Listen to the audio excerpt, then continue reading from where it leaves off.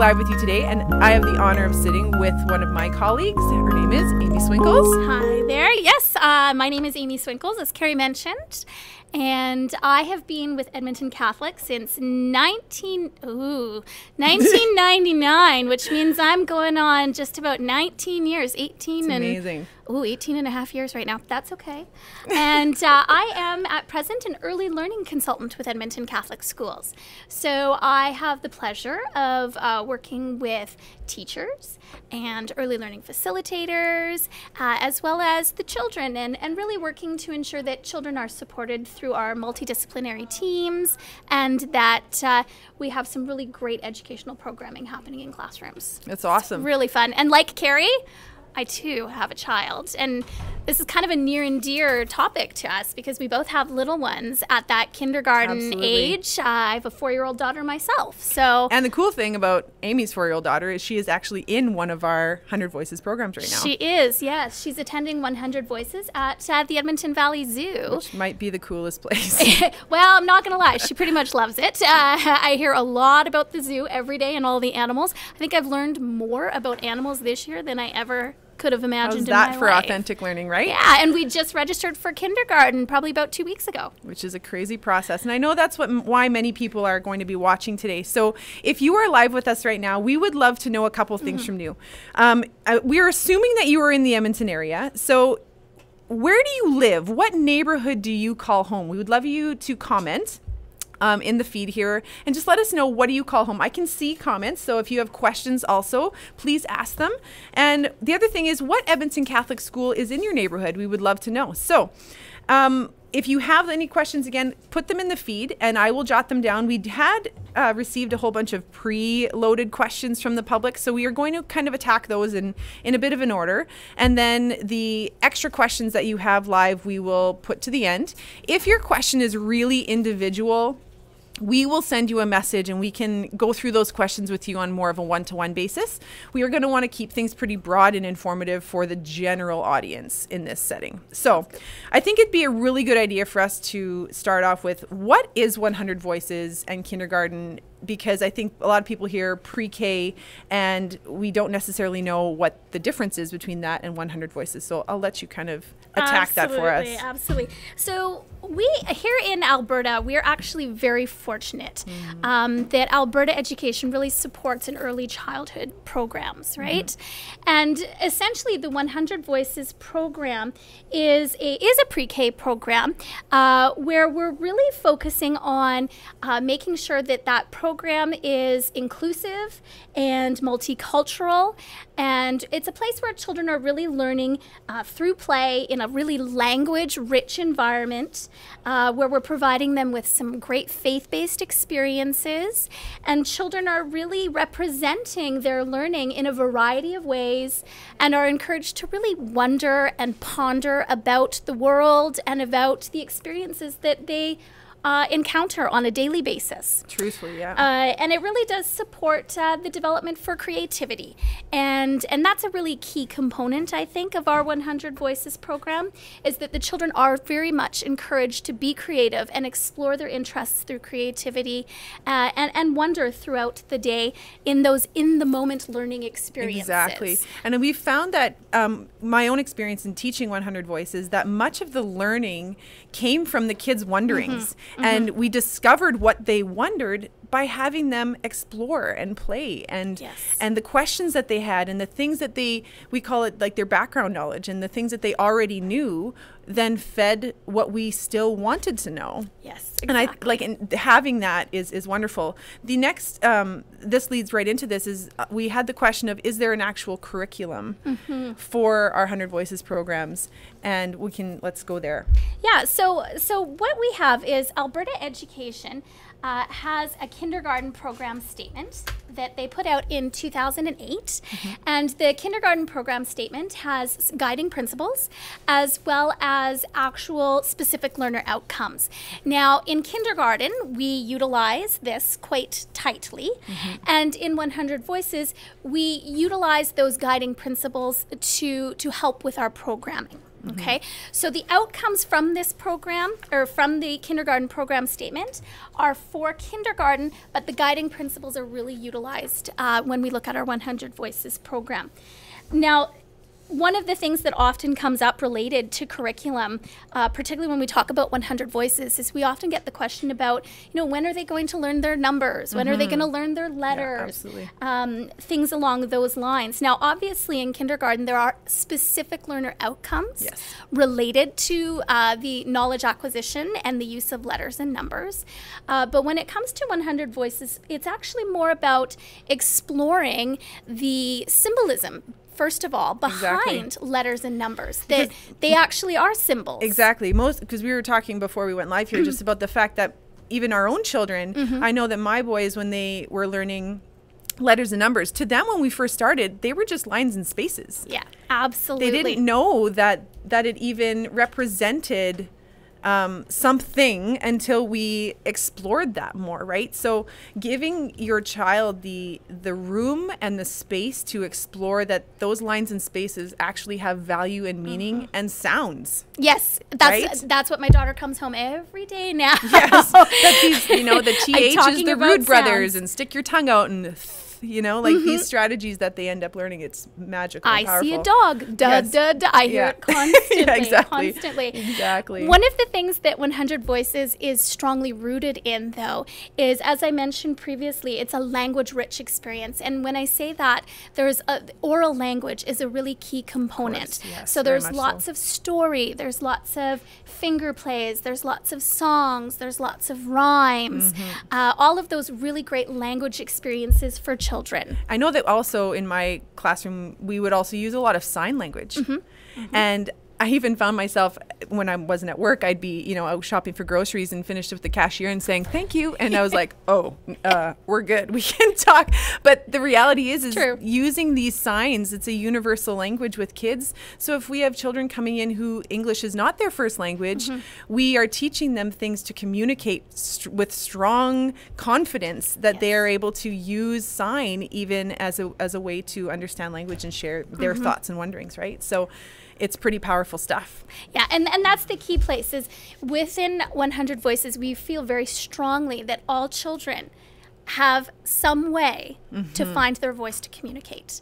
And perhaps it's orally, perhaps it's through the fine arts, perhaps it's through gestures, perhaps it's physically. It's those 100 voices of the children, right? I think that's why I love so much that it's called that, personally. It's so inclusive of Comes everyone. right back to that name, right? Exactly. Absolutely. So we had the question about just the difference between our 100 Voices programs in our schools versus the 100 Voices programs that we have in rec centers. And the most beautiful thing about Edmonton is we have variety.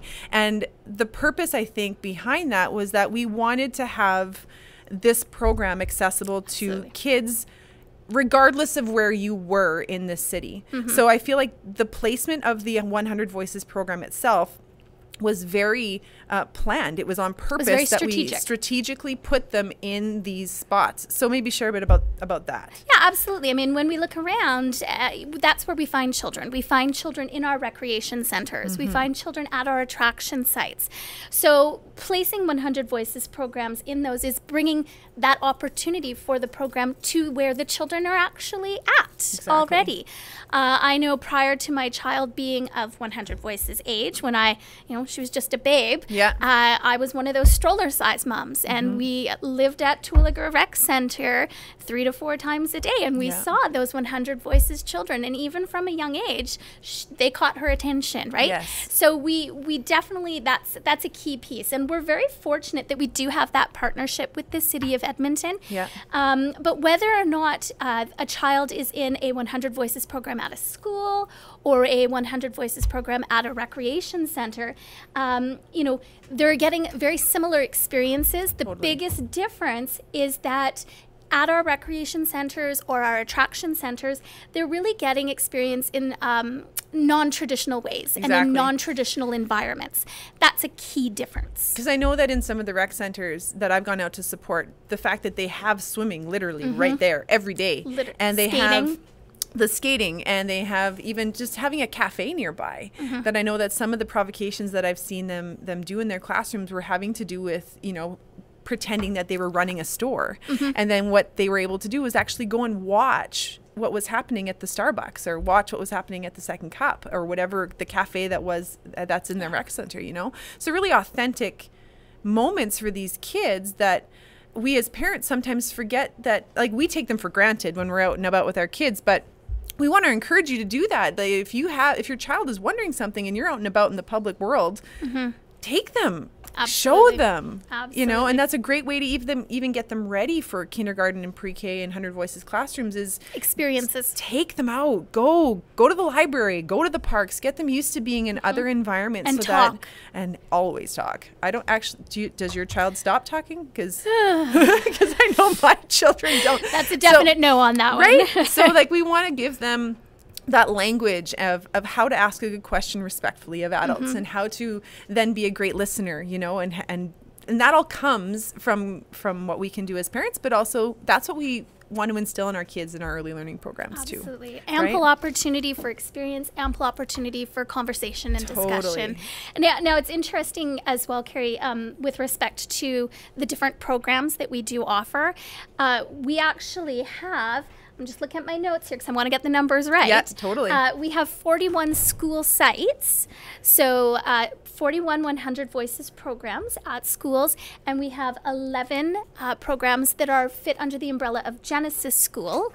And Genesis School are our sites that are at attraction centers and our recreation facilities. So we have 52 100 Voices sites in total. And they really range. Like I know that with Genesis School sites, the 11 that are more the attractions and the rec centers, they range from being at the Moutart to being at the Central Lions, which is more of an elder care facility, which when I go there, my heart is swelling because I just see these wonderful stories from our elder community connecting with these little people. And it's so cool to see the interactions, Absolutely. you know? And each site is unique in its own way. Yeah.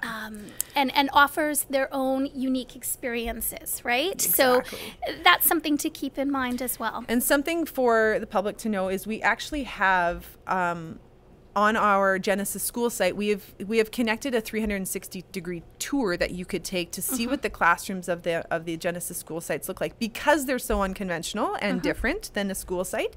So we will make sure to post that in the feed so that you're able to go and check them out and ask questions, please.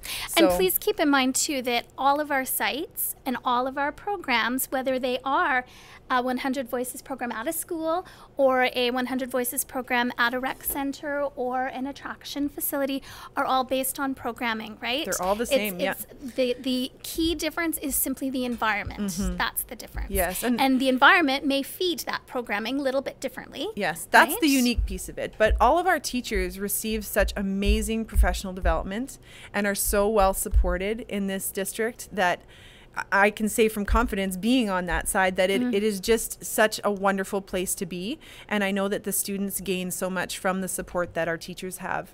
And we are given that support where we need it, whether we're in a school or in a site. Absolutely. So another question we had was, what about the age of children that are accepted into 100 Voices? That's a key question. It's a really important question, and we actually have a tool for you. We do have a tool. So if there's any sort of question or query as to if your child is appropriate for 100 Voices or kindergarten, on the Edmonton Catholic Schools website, there is actually an age calculator. And I believe we're putting the link to that. Yeah, we're going to throw the link in there for you guys also. Awesome. So if you input your child's birth date into the age calculator, it will let you know the year that it would be appropriate age-wise for your child to enroll in kindergarten programming. Now, with respect to 100 Voices, it's a little bit different, okay? So I have some exact dates for 100 Voices. So if your child is born between March 2nd, 2015 and September 30th of 2015, okay, they would be what we would consider a 3-year-old child. Yes. They could be they could be age appropriate for 100 Voices at that time. However, in order to be accepted in the 100 Voices program as a 3-year-old child, your child would need to have been identified as having a severe identified need. Yes. Okay. So that would be for a 3-year-old. Now, for a 4-year-old, we're looking at children who are born before March 1st of 2015. If your child is born before March 1st of 2015, then that child would be considered a 4-year-old applicant. Yes. Okay? And a 4-year-old applicant is accepted based on some different criteria. Mm-hmm. So a 4-year-old applicant could be accepted into the 100 Voices program if, like a 3-year-old, they have a severe identified need. Mm-hmm. Or they could be accepted into the 100 Voices program with a mild or moderate identified need. They could be accepted into the 100 Voices program as an English as a second language learner. Okay. Or they could be accepted into the program as a typically developing child, in which case there is a tuition for a typically developing child. Okay. Pause. I figured. Broadcast interrupted. Interruption. That's what I thought. Oh, missing all this fun, friendly banter. The fun hey? banter. So I could full on break out, "You're welcome." Saying the moon in the sky. What can I say? But hey, yeah, you're welcome. You know what? It was, they wrote that song for my son's kindergarten class. Oh, fun. And rewrote it with lyrics that were kindergarten appropriate. I love it. It was hilarious. That was their cute. like final that would hurrah. Be very cute. With a. They're actually dubbing the whole movie in Hawaiian now. Really? Mm-hmm. Mm-hmm. That's super cool. I love that show. It's a great show. Makes me cry every time. Dang it! It's You like must cry daily. Experience. Then if Malia's watching it on a daily well, she doesn't watch basis. it on the daily. She'd like to watch it on the daily. Yes. But Mommy does not let her watch it on the daily. Nope. It would be a soundtrack. It's a little soundtrack too much. only. Yeah. No. Gotta earn your TV every day. Yes, I appreciate that. Nothing's live right there, hey? Do you need me to do anything over there, Alan? Okay. Do we want to like stop it completely and re-kick it? No, I don't want to kick everybody off again. So. Kick it! I don't know how many people are actually watching. No, I think we're at 0. They're currently like, what happened? Wi-Fi issues. At least too you're many people. honest, right? I I don't think that's the appreciate that problem. honesty. Our communications expert has dropped the ball on that one. Not dropped the ball, dropped the mic on that one. She's like, yeah, they're not watching. Could it be because Done. we have so many people in the building? Using all the internet. Yeah, It could be. Yeah. Part 2. However, your voice is coming up from like 2 minutes ago. Oh, great. Hopefully I was saying something good. Wait, On Facebook? Are we back? so I'll kick it out. move your arm, Amy. Yeah, it's about 2 minutes delayed. Yeah, there is a little bit delay. 5 minutes delayed. 5 minutes delayed. Just finished saying part 2. If a child does not, okay. There's all the questions. I lost your audio when you were talking about the 4-year-old qualifies. Lost audio every time they showed the date calculator on the screen. Okay, so we'll have to go back. Lovely singing voice, Amy. Oh! To all the people listening to the banter of life. This is where my contract comes in. Yes. As the official Disney character of Edmonton Love it. Catholic Schools. Swinkles, it does sound We Disney. are coming back. We are trying. We do, we promise. Please We be really patient are. with us. In the meantime, we are still taking requests. If you can hear us, Grace asked around about the curriculum for kindergarten, and we did talk about that earlier. So just rewatch from the beginning because we did bring that up. Yeah, and you can also find that curriculum document on Alberta Education's website. Yes, so if you just Google kindergarten curriculum, Alberta education, that will pop up. Absolutely. I found it that quickly when I needed to find it for us to have it on hand for today. So And it has both the principles as well as the specific learner expectations in it. yes. So we might need to say some things, which is totally fine. This is good. These are great questions, though. They are. We're going to just... Got interrupted again. Questions because it is picking it up. It's just Perfect. so answering. Did we have more questions about the age? I think we cut off There at was. the age. We Was cut there up at not? the age. So I think that we'll just repeat that information Sure. because it's Absolutely. pretty important. Okay, are we there? Yeah. We are there. Awesome. There you go. That's our first I hiccup. want to see more comments live, though. I don't Perfect. know if I can. While you're doing that, do you want me to continue talking about yes, age? Sure. Do that.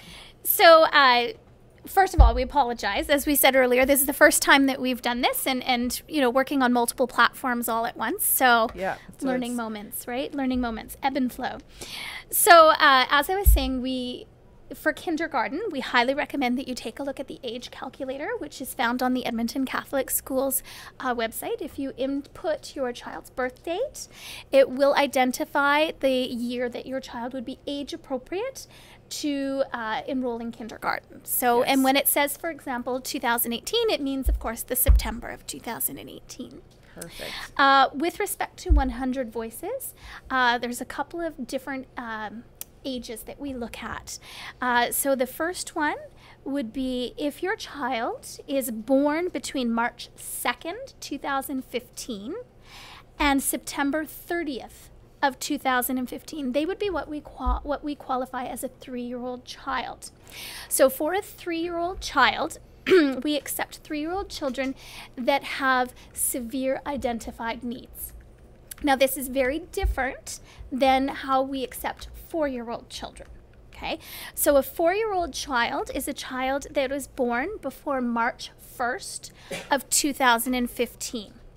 Now, when I say it's very different than the 3-year-old child, that is because we accept children in a number of different ways. So if a child is 4, born before March 1st of 2015, we do accept typically developing children into that category. And for our typically developing children, there is a fee associated with enrollment in the program. And we also accept children who have English as a second language, so our ESL learners. We also accept under this umbrella, the 4-year-old umbrella, children with mild and moderate identified needs, as well as severe identified needs.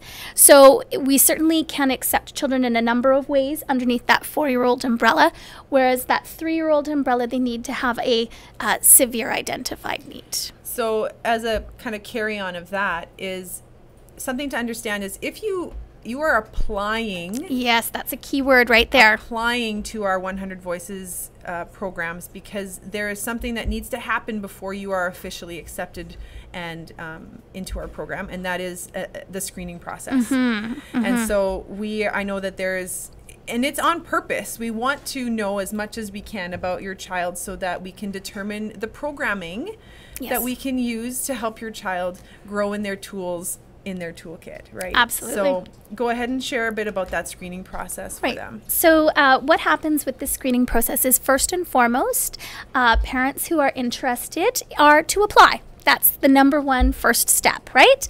So if you are interested in applying at a school, you would, of course, go to your local school and put in an application form there. If you are interested in having your child attend 100 Voices at one of our rec centers or attraction centers, then you would come here to Genesis and you would apply there. Okay. At that time, we would take all the information that we would need, and you would then be asked to come back for a screening appointment. Yes. Okay. Now, screening appointment, what's going to happen is you would be asked to come in during a very specific time slot and to bring any assessments that you may have from outside agencies regarding your child. If you don't have assessments, that's fine. I did not have an assessment for my child, so you do not need to have an assessment in hand. So you'd come and you would come to your screening appointment. At that time, we would have a number of people from our multidisciplinary team, and we'll talk about that a little bit more later on. Take a look at your child and really get to know about your child and really work towards identifying if there are any needs with your child. If they are, if they have any speech and language needs, if they have any occupational therapy needs, we would tease out if they're an English language learner or if they are a typically developing child. Yes. Okay. And the beautiful part about this program is all of those children have a place here. Absolutely. They're all welcome and they're all accepted, right? Yeah. And then after that point, if an assessment is needed, one of our multidisciplinary team therapists would then book an assessment if it is determined that one is required. So you would come back for an assessment, and from that information, we would determine who is eligible according to Alberta Education's criteria to participate in the 100 Voices program. Now, all of this is happening this year, February and March, late February and throughout March, and we will be letting families know if their child has been accepted into a program in April. So once that screening is done, you just need to be patient. Yeah, that's the key because piece. we will be contacting you. I know that when my children were going into the pre-K and kindergarten, that I was really I felt that anxiety, that I wanted to know what was going on and ensure that, because we appreciate that you need to make plans and that, you know, you may have more of your village involved with your child as far as getting them to and from where they're going and things, but we just need your patience to ensure, because imagine being on this side and having all of these wonderful parents and families joining our community, and we just need that time to ensure that we know where you're going and what's happening. So, and we really we recognize that. Absolutely. And that's one of the reasons we've recently changed our screening process. In previous years, we actually were screening for 9 weeks in total, and families did not necessarily hear back until June.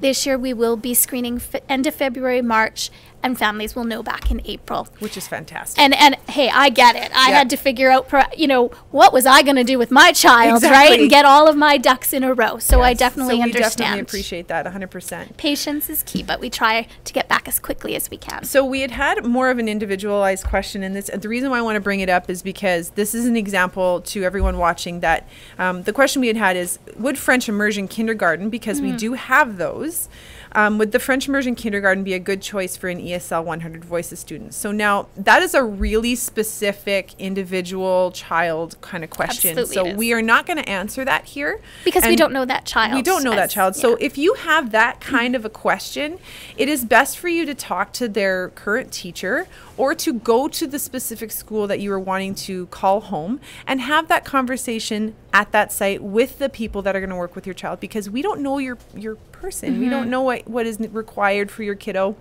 And we want to ensure that the best decisions are made for them with the most information. So we won't answer that here, but our recommendation is to just go to the people that know your child, go to the school that you're going to call home, and make that decision there. And that would really be my recommendation for everyone. Of course. And to seek out, find out when your local school's open house actually is. Yes. And at the very end of this broadcast, we're going to actually put up the link that has all of the dates and times of the open houses for the schools happening throughout the city. Some have already passed, some are happening this week, some are coming up in the end of February, beginning of March. So know that if you have missed the open house, that is okay, and to still go to the school that's nearby that you want to call home and introduce yourself and get the information, because they'll be happy to have you. So next question we had was, what is my child going to be doing in 100 Voices in kindergarten, and what does a typical day look like? What does a day look like? Yeah, a day in the life of 100 day in the life of a 3 or a 4-year-old in 100 Voices. So I'll tell you, I can speak from my own personal experience being the teacher of a 100 Voices classroom. So much of the provide with some direction and some guidance as the adults in the room. But you would find components of block building, and you would find what we call an atelier, so which is going to have really random pieces that kids can create and turn into whatever they want. Like, you know, when you have a really good craft idea, or you're on Pinterest and you see this idea and you're like, ah, nuts, now I need like a dollar store trip, or I have to go and like find my mom's like tickle trunk of things. That is all available. That's the atelier. That's the atelier. You have everything there that you could turn into something on a moment's notice. They're going to have some carpet time where they're going to be able to come together and have some good questions. We're going to sing, we're going to dance, we're going to tell stories, we're going to read stories, we're going to make up stories. There's a lot of dramatic play happening. I know that we would set up invitation spaces in my classroom that had, we would conventionally maybe call them centers, but the expectation that every child needs to do everything is not the case in 100 Voices. It is very much a voice and choice situation where these kiddos can come to what they want to and stay as long as they need or want to be staying at a certain space. And when they're finished, they can just move on. Yes. And I think that was a pinnacle moment for me as a teacher, to understand and know that not every kid needs to do all the things. And the investigations and the provocations went that much more deep into their knowledge and wonderings, because they had the freedom to go where they wanted, right? So, but of course, gross motor activity, I know that in my class, we were outside every day. So dressing your children for play that is going to include the elements is really important, unless it's minus 3,700, which it has been in this In which city. case the children still want to go outside. They still want to go outside. Yeah. You know, we have a little bit more apprehension maybe as adults, but outside play and having various gross motor activities within the classroom or outside the classroom, we really made use, and as all of our 100 Voices classrooms, I know they make use of the space, Yes, and very turn much it into a play space. Is there anything you want to add to that? I think also, I mean, generally speaking, I mean, you pretty much summed it all up brilliantly. I mean, that is the routine. I mean, generally speaking, it will start with some sort of gross motor, usually outdoor play. I'm sure you can imagine why. When we have 3 and Weird, 4-year-olds coming to school, it's easier just to go and play at the beginning of the day than it is to work on getting dressed and get... So they often start with that outdoor play, and then they generally speaking, go to a class meeting where they're working on that oral language, right? Yes. Providing lots of those rich oral language opportunities through story, through song, through some, focused exploration and discussion of what might happen that day. Yeah. So we call those sort of the class meetings, so to speak, and they're not long. Nope. By any means, they're Nope. not long. We know what the what a 4-year-old and a 3-year-old can handle at these times. And what we find too is that obviously the dynamics of a certain group of kids, some may have a lot more staying power to be able to be at a carpet time and really be engaged that way, where others it's like, no, okay, and we're done here, And we're that moving is on. okay. Yeah, Right? the needs of the class is going to dictate, right? course, the of teachers course. are going to be responsive to the needs of the children. Yes. And then generally speaking from there, they will go into those inquiry moments where they will go to centers. Yes. And they'll explore tenets of literacy, and they'll explore tenets of numeracy at those centers. And at the same time, they would have some small group centers. Exactly. And some teacher-led activities at the same time, alongside with those free play inquiry centers. And I know much of those, like more of the focused small group kind of situations, I know that they're being planned around the goals of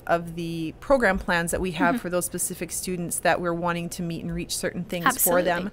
So, if your child is needing some OT work, occupational therapy work with scissor skills, I always had a table that had scissors at it, so that we could work on that hand strength and the idea, and like maybe something for the public to know is like, before I taught 100 Voices, I didn't even realize there was so many steps to scissor skills. Like I kind of was the one that had a 3-year-old at home. I was like, oh my gosh, I haven't even put scissors in my kid's hands. Out of fear that he was going to cut his hair, right? But then I'm like, well, I guess he's really going to only do that once, hopefully. So like we need to like put that, so that's a great tool that if you're preparing your child or wanting to prepare your child for an early learning program, is get those tools in their hands and give them the opportunity to try and fail.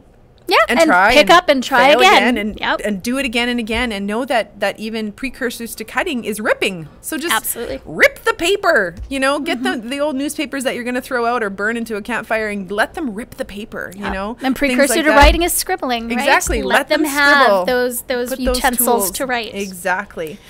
So I think I hope that paints a really good picture of what a day in the life of our pre-K. And I think the other piece is that at the end of the day, there's also generally a coming together. Yes. And I think celebration. that's such an important piece that I bring it up, where Totally, yep. there is that reflection and that ongoing dialogue about what did you learn today? What did we do?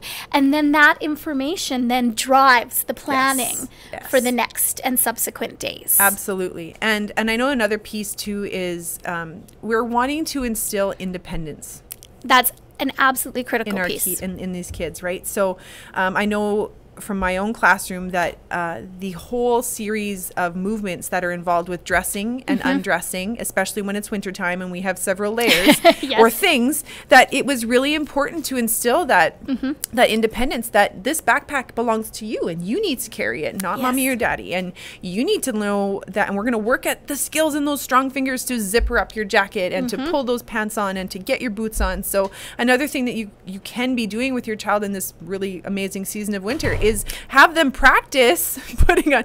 You can laugh. I'm laughing at the amazing season of winter part. Yeah, but I like it. But like put all those things on in their capable hands to be able to Yes. do those things, right? Because it's good muscle practice, and It it's is. good, patience practice for us as parents. And that's what I was just going to say. As a mother of a 4-year-old, I understand that I have to put my patient pants on sometimes to ensure that those happen, Yes. because sometimes I just want to get out of the house. I know. And it's also so much giving- easier for me to do it. Totally. But I have to step back and really appreciate the importance Yes. of giving her the opportunity to do that and develop those self-help skills Yes. herself. And there definitely are times with my mom hat on that I'm like, okay, you know what? Are you carrying the jacket or are you wearing the jacket? Either way, the jacket is coming along, but we are not going to have the struggle anymore. Carry way or it, the 'cause other. You're going to put it on eventually, right? Yep. So, so I think that paints a really good picture for you. And I hope that if you have more questions, please ask them.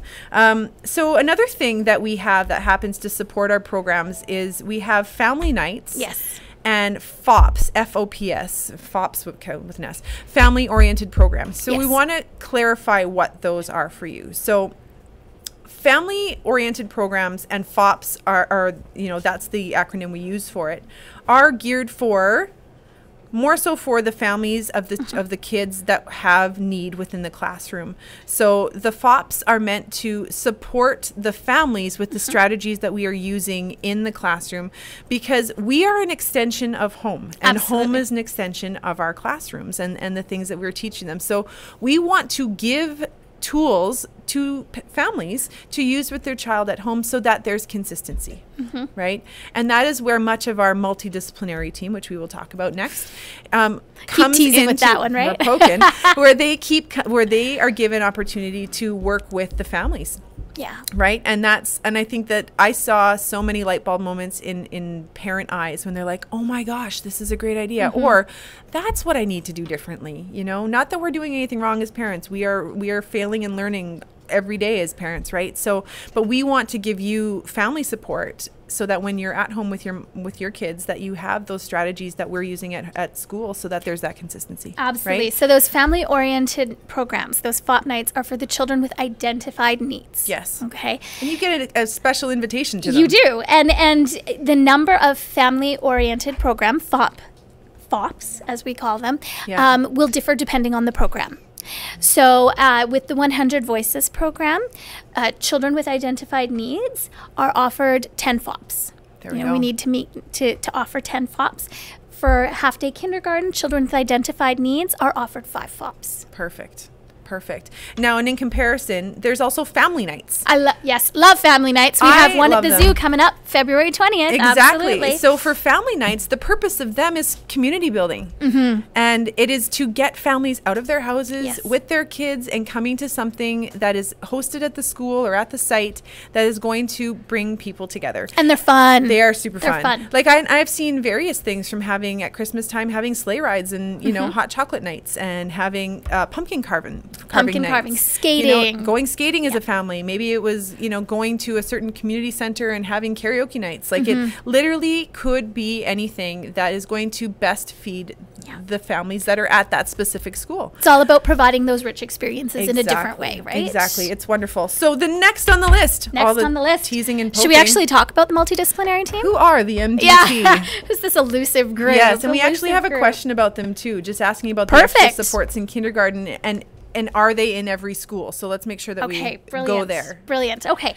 So within Edmonton Catholic Schools for early learning, we have a multidisciplinary team, which we often call the MDT. Okay, that's kind of we abbreviate a lot of things, and MDT is one of them. Yes.